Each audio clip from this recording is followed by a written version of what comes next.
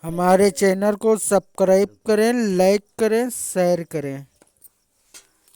पुराना लोहा टीना प्लास्टिक के जूता चप्पल शीशी बोतल टूटल फूटल बिचारी थ्रेसर ट्रैक्टर टाली ट्रक जीप मारुति कार गहना गुड़िया घर द्वार मकान दुकान जिला जवार खेत खतियान बकरा बकरी पाड़ा पाड़ी लोटा थारी बेचे के सरकार आगे बड़े चौपट रहे साल में एक बार महीना में 2 बार हफ्ता में 3 बार पाड़ा के पाड़ी लोटा के थारी जेना बेची कबाड़ी ओकर पोतो मार के सास के फूटा पारी महंगा भइल साड़ी खुलल बांगन बाड़ी फेरना ये चौपट लड़का बाड़ी मझली भाभी छोड़ी बड़की काहे ना मारी अरे वो कर किस्मत बिगड़ी गईल लइका रहल एगो आवर रानी करी लइका रहल एगो आवर रानी करी कहनी की बाबू पढ़िला तू एमए बीए ऐसन मिलल संगतिया लागल दारू पिए लड़के के समाज ही जिंदगी है कोई अच्छा समाज पकड़ेगा लड़का कामयाब हो जाएगा और गलत समाज पकड़ेगा जिंदगी उसका बर्बाद हो जाएगा कहने बात संघर्ष से होता है कुछ संघर्ष उड़ जाए और बात बात में से एक भाविका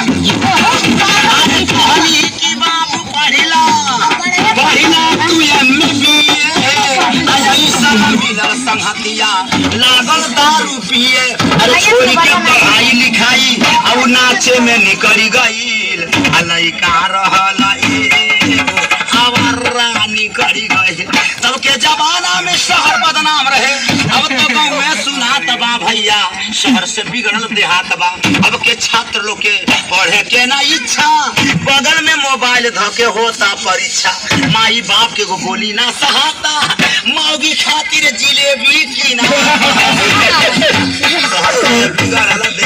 चले के मेहरारू ससुरारी में रहेला आ जवन कहे मौगी वही काम करेला अरे माटी में मिला कर इज्जत आउ घर से बिचली गईल लइका रहल एगो आवर रानी करी गईल देखबाल धनौजी के हई गवैया हमरे गीतिया के बहु सुनवैया खैया समोसा भोजौली वाला तोहरा अचरा पर लिख दी है गीता देखबाल धनौजी वाला अच्छा बेटा भैया चले जाओ यहाँ से।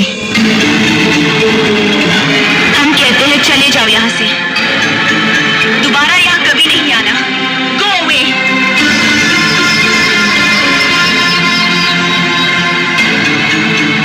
मत सताओ हमें, आखिर तुम्हारा हमारा रिश्ता ही क्या है?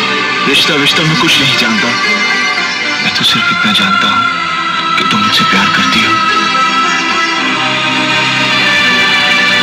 छोड़ दो मुझे, मैंने कहा छोड़ दो मुझे।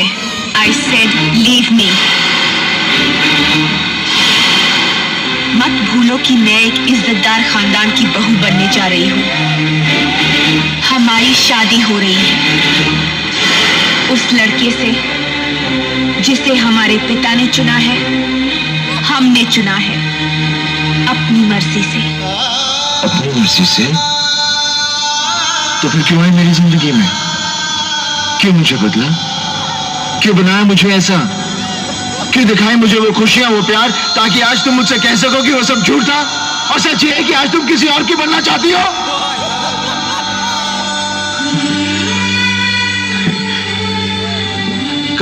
काजल, मैं जानता हूं कि तुम सिर्फ मुझसे प्यार करती हो, सिर्फ मुझसे। मैं तुम्हारे बगैर जिंदा नहीं रह सकता। Don't touch me।